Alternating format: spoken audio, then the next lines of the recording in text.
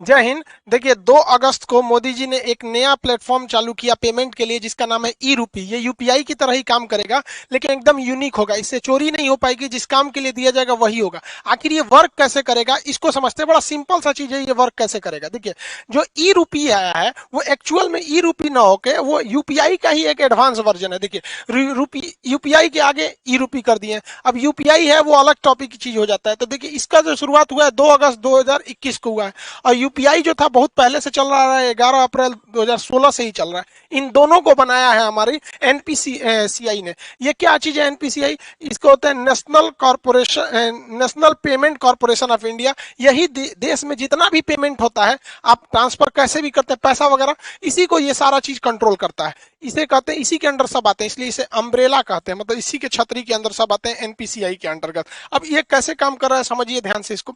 ये है, इसमें मैसेज या क्यूआर कोड द्वारा आपको एक स्पेसिफिक कोई भी सुविधा भेजनी होगी, तो ये क्यूआर कोड द्वारा आएगा। क्यूआर का फुल फॉर्म क्या होता है? Quick response. ये बड़ी तेज रिस्पॉन्स करता है। कहीं पेमेंट कटाना है, क्विक रिस्पॉन्स तुरंत ये काट देता है।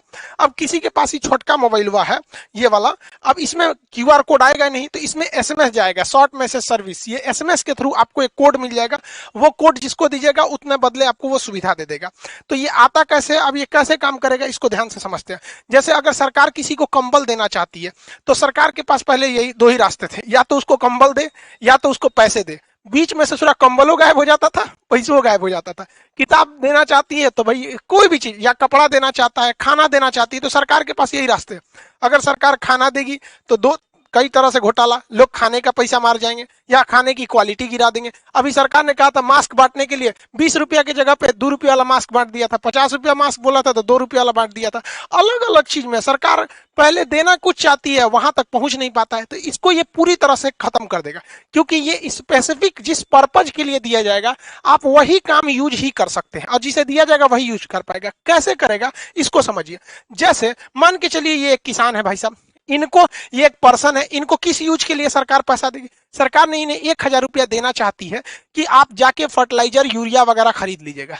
तो अगर इनको कैश पैसा दिया जाता तो कोई गारंटी नहीं थी कि वो यूरिया खरीदते कि कुछ और खरीद लेते। तो अब सरकार क्या करेगी, इनके मोबाइल पर 1000 रुपए का एक क्यूआर कोड भेज देगी। अब ये किसान सोचेंगे कि मान के चलिए, सोचा कि एक काम करते हैं, 1000 का यूरिया की जगह पे ना दारू खरीद लेते हैं शराब के दुकान पे। तो इनके मोबाइल पे आया है 1000 का क्यूआर कोड, इनको लगेगा कि भैया कहीं चलेगा। अब ये दारू के दुकान पे जाके कहेंगे कि हमको 1000 का शराब दे दीजिए, तो वो कहेगा क्यूआर कोड दीजिए। तो शराब के दुकान वाला जब क्यूआर कोड को स्कैन करेगा ना, तो उसमें ये इनवैलिड कहेगा। क्यों? क्योंकि इस सब के पीछे खड़ा है एनपीसीआई।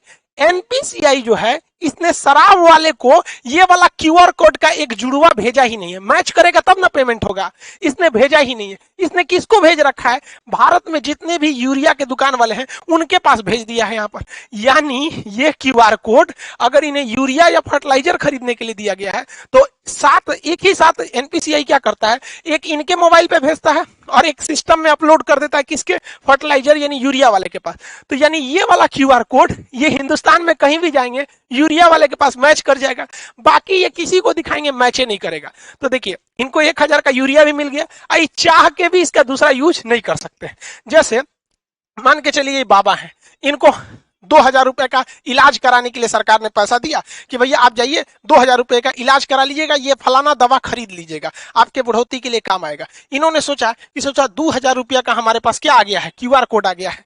एक काम करते हैं, 1000 रुपया का दवाई खरीदेंगे, पहले चलते हैं पोता के लिए ना खिलौना खरीद लेते हैं। हमारा पोतवा बड़ा हो गया, देख रहे हैं सीबीएसई बोर्ड वाला है यहाँ पे, इसके लिए सोचेंगे खिलौना खरीदने के लिए। अब खिलौना के जहाँ पे बिल बनवा लेंगे और कहेंगे देखिए हमारे पास 2000 का क्यूआर कोड है, आप इसी में से काट लीजिए, बस लो। खिलौनवा के दुकानिया वाला उस पर क्यूआर कोडवा को स्कैन करेगा ना, तो कहेगा इनवैलिड। काहे?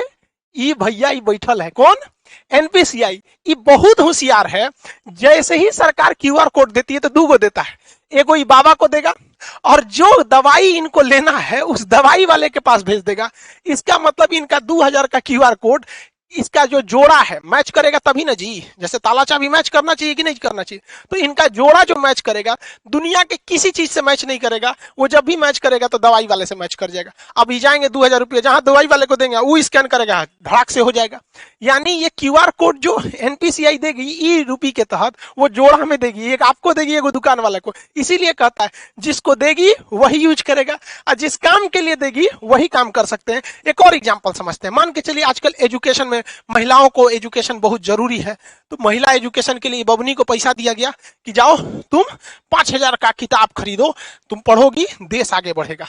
तो 5000 रुपये की किताब के लिए इनके पास क्या भेज दिया गया, क्यूआर कोड भेज दिया गया, क्विक रिस्पॉन्स, तुरंत इनको पैसा मिल जाएगा।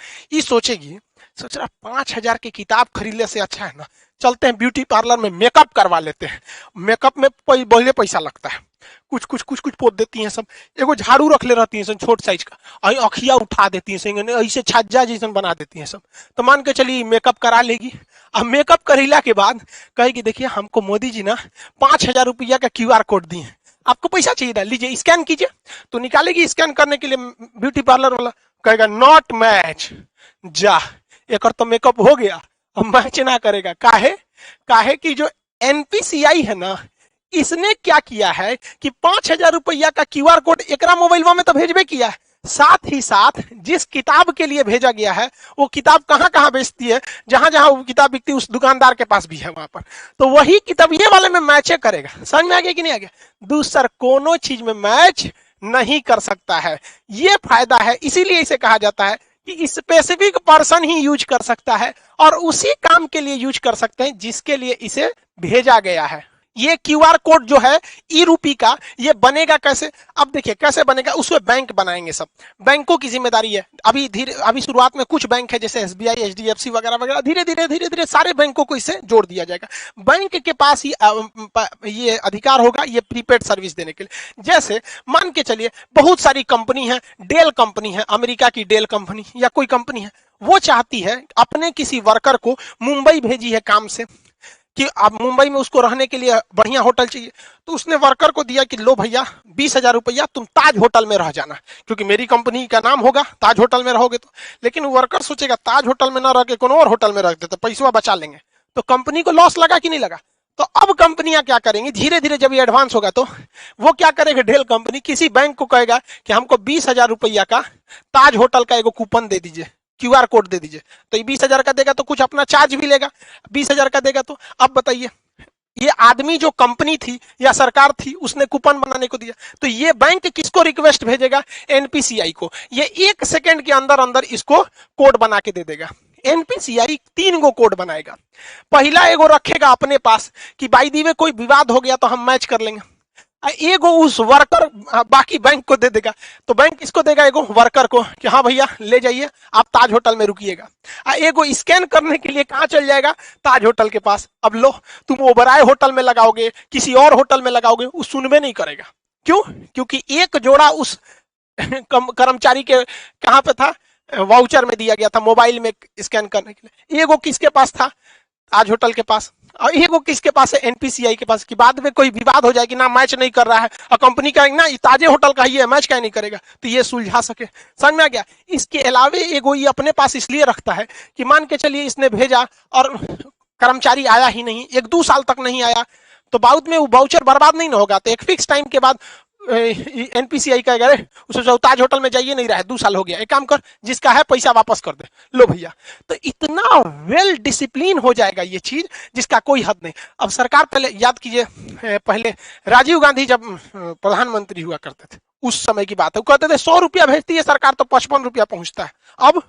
अब बताओ भाई, अब तो इसमें टेक्नोलॉजी का है, 100 रुपया भेजेगी सरकार तो 100 रुपया पहुंचेगा, और जो ने चीज काती भेजेगी वही चीज में पहुंचेगा, क्योंकि उसका जोड़ा 3 गो बनाया है। एगो एनपीसीआई रखा है, एक जिसके लिए आपको भेजा है, दूसरा जहां स्कैन करेंगे वहां पे।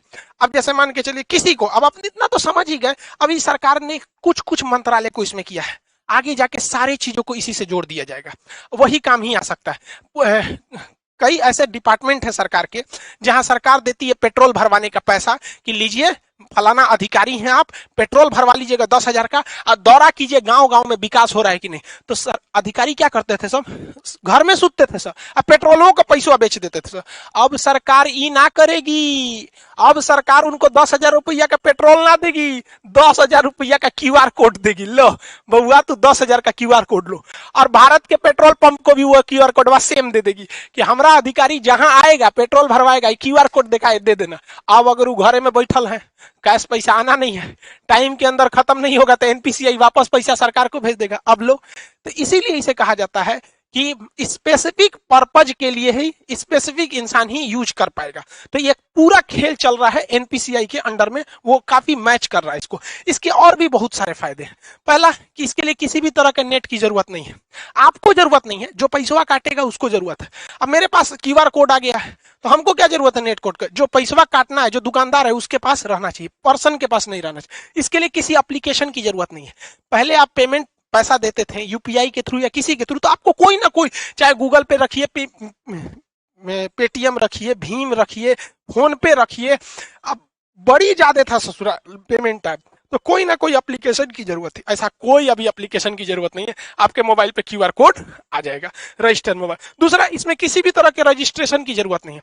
अभी क्या है, कोई मोबाइल से करना चाहता है तो फोन पे डाउनलोड कर लेगा, ले ससुरा केवाईसी नहीं है, रजिस्ट्रेशन नहीं है, 20 गो झमेला है, इसमें कोई रजिस्ट्रेशन की जरूरत, कोई लिमिट भी नहीं है, कितना का क्यूआर कोड बनाना है कितना, कोई दिक्कत नहीं है। अभी ये शुरुआती फेज में है, आने वाले 4-5 साल बाद ये बहुत ही ज्यादा बढ़ जाएगा।